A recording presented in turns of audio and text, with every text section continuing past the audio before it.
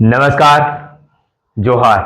વાત કરીશું આપણે વલસાડ જિલ્લાના ધરમપુર તાલુકાની. ધરમપુર તાલુકાનું રાજપુરી તલાટ ગામ આદિવાસી વિસ્તાર છે.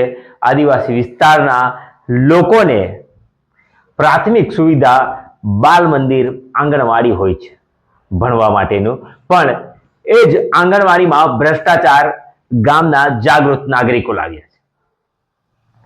ગામના લોકોને ખબર છે કે આંગણવાડીનું કામ ચાલે છે, આંગણવાડીનું નવીનીકરણનું કામ ચાલુ છે, પણ આંગણવાડીના નવીનીકરણના કામની તપાસ કરતા ખબર પડી કે જે નિમ્ન કક્ષાની રેતી વપરાય છે એના માલ મટીરિયલમાં એકદમ તદ્દન હલકી ગુણવત્તાની રેતી કહીએ કે પછી માટી કહીએ તો પણ ચાલે એવી રેતીનો ઉપયોગ થાય.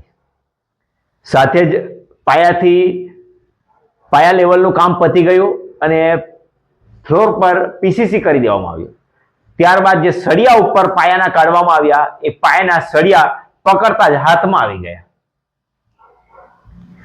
બધી જગ્યાએ ચાર જે સળિયા હતા એ પાયાથી જમીન સુધી લાવવામાં આવ્યા અને ત્યારબાદ જનતાને દેખાઈ જાય કે ભાઈ જમીનમાંથી તો ફક્ત 4 સળિયા બહાર આવે છે.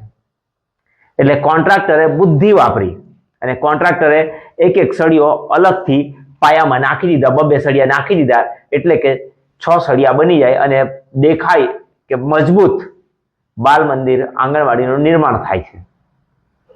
પણ જાગૃત નાગરિકોએ તાત્કાલિક જ આ સમગ્ર ભ્રષ્ટાચારનો ભાંડાફોડ કર્યો અને કોન્ટ્રાક્ટરને બોલાવીને કહ્યું કે આ ગુણવત્તાહીન કામ અને તદ્દન નિમ્નહિત કક્ષાનું કામ કેવી રીતે કર્યું. ત્યારે કોન્ટ્રાક્ટરે પોતાની ભૂલ સ્વીકારી અને ફરી પાછું આ બાલ મંદિરનું જે નિર્માણ થયેલું સ્ટ્રક્ચર હતું એને જેસીબી વડે ધ્વસ્ત કરી નાખ્યું.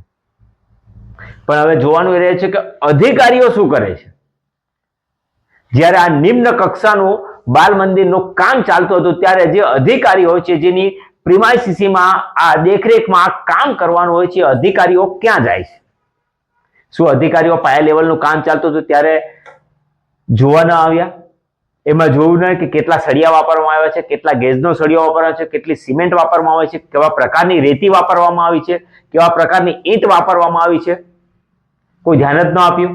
ફક્ત એમણે જીઓ ટેગ કરીને પોતાના જે બાલ મંદિરના નિર્માણમાં જે ટોટલ પૈસા હોય છે એની ટકાવારીનો ફક્ત આંકડો ગણતરી કરવા માટે આવ્યા હોય એવું લાગે છે. આ એક બાલ મંદિરની વાત નથી, આ સમગ્ર આદિવાસી વિસ્તારના દરેક વિસ્તારની આવી વાત છે. દરેક વિસ્તારમાં ભ્રષ્ટાચાર થાય છે અને ભ્રષ્ટાચાર એવો થાય છે કે વિકાસ ક્યાં છે એ ખબર જ નથી પડતી. કોન્ટ્રાક્ટરે ભૂલ સ્વીકારી છે, પણ અધિકારીઓ આના પર શું કાર્યવાહી કરી છે એના ઉપર ગ્રામજનોની નજર છે. જાગૃત નાગરિકો થકી, રાજપુરી જંગલના જાગૃત નાગરિકો દ્વારા બાલ મંદિરના ભ્રષ્ટાચારના નિર્માણનો ખુલાસો કરવામાં આવ્યો છે.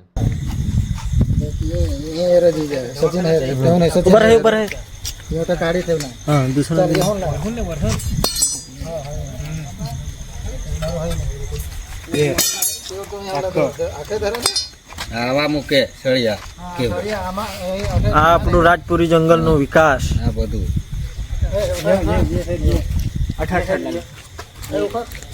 ખાલી ગોપી મૂકેલા નીચે, અંદર ખાલી ધકેલી મૂકેલા જરા દેખાડવા હારું કે સળિયાનો પ્લાન લીધેલો. સરપંચભાઈ ધ્યાન આપો, ધ્યાન આપો, ધ્યાન આપો સરપંચ.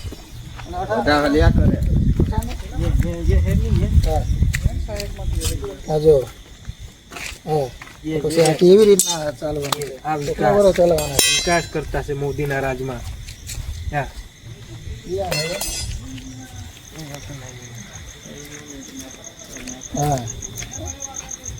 હાથમાં આવી જાય, હાથ પકડે એટલે આ આપનું આંગણવાડી બનતું છે રાજપુરી જંગલનું. રાજપુરી જંગલનું આવો વિકાસ થતો છે. આવો જાગો, જાગો, પંચાયતના લોકો જાગો, જાગૃત થાઓ. આ રેતી જો રેતી આ રેતી છે કે માટી છે આ રેતી છે કે માટી છે કઈ ખબર નથી પડતી. સરપંચભાઈ, ધ્યાન આપો.